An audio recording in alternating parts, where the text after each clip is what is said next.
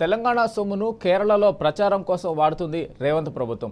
6 కోట్ల రూపాయలతో ప్రముఖ మలయాళ పత్రికల్లో ఫుల్ పేజీ ప్రకటనలు ఇచ్చింది. రాహుల్ గాంధీ 5 గ్యారెంటీల హామీని నమ్మించేందుకు రాష్ట్ర నిధులను కేరళకు మళ్లించడంపై సర్వత్రా విమర్శలు వ్యక్తమవుతున్నాయి.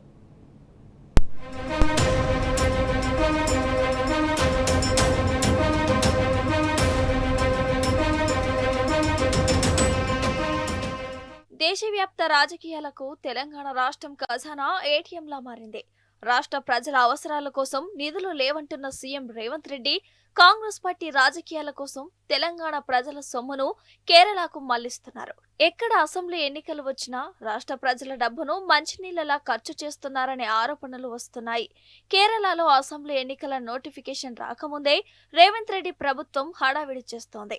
ప్రముఖ మలయాళ పత్రికల్లో ఫిబ్రవరి 28న ఒకసారి, మార్చి 3వ తేదీన మరోసారి తెలంగాణ ప్రభుత్వ ప్రగతి పేరుతో ప్రకటనలు ఇచ్చింది.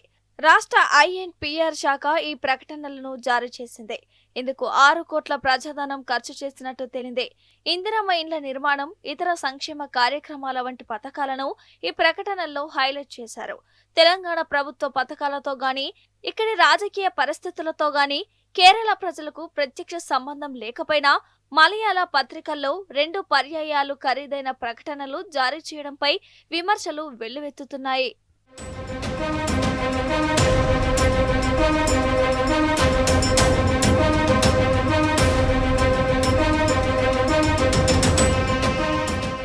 తెలంగాణలో బఫర్ జోన్, భూదాన్ భూములు అంటూ పేదలు, మధ్యతరగతి ప్రజల ఇండ్ల మీదికి బుల్డోజర్లు పంపి కొంపలు కూల్చుతున్న రేవంత్ రెడ్డి ప్రభుత్వం కేరళంలో మాత్రం ఇందిరమ్మ ఇండ్లు ఇచ్చి నిరుపేదలకు ఆదుకున్నట్టుగా పంచరంగుల ప్రకటనలు గుప్పిస్తున్నారంటూ విశ్లేషకులు మండిపడుతున్నారు.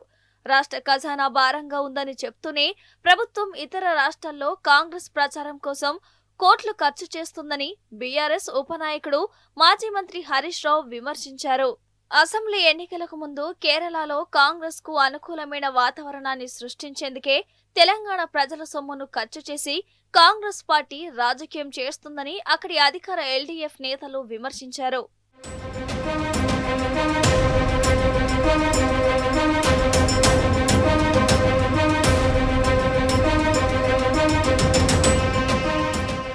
కేరళలో అసెంబ్లీ ఎన్నికల నేపథ్యంలో కాంగ్రెస్ అగ్రనేత రాహుల్ గాంధీ ఈ నెల 7న 5 గ్యారంటీలను ప్రకటించారు.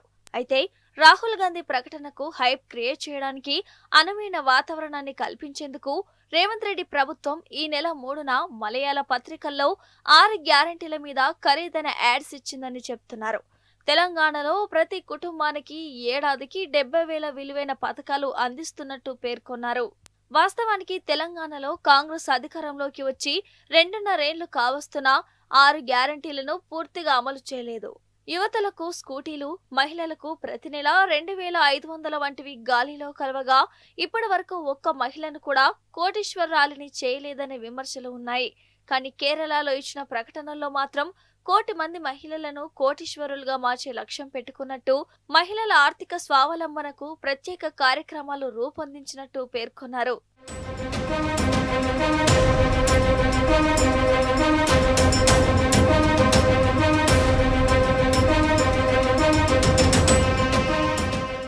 రేవంత్ రెడ్డి ప్రభుత్వం చేస్తున్న హడావిడిపై కేరళ సీఎం పినరయి విజయన్ తీవ్రంగా మండిపడ్డారు.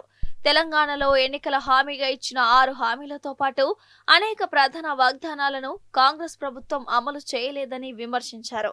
తెలంగాణలో వెలుగుమట్లలో పేదల ఇండ్లను కూల్చుకుంటూ గొప్పలు చెప్పుకుంటున్నారని ఎద్దేవా చేశారు. తెలంగాణలో బుల్డోజర్ తరహా పాలన నడుస్తుందని తీవ్రంగా వ్యాఖ్యానించారు. ప్రకటనల కోసం ఖర్చు చేసిన ప్రజాధనాన్ని కాంగ్రెస్ పార్టీ తిరిగి తెలంగాణ ప్రజలకు చెల్లించాలని డిమాండ్ చేశారు. మొత్తానికి తెలంగాణ సొమ్ముతో కేరళలో కాంగ్రెస్ అబద్ధపు ప్రచారంపై విమర్శలు వెల్లువెత్తుతున్నాయి. రేవంత్ ప్రభుత్వం ఇకనైనా ఆర్భాటాలను కట్టిపెట్టి తెలంగాణ ప్రజల కోసం ఆలోచించాలని విశ్లేషకులు హితవు పలుకుతున్నారు.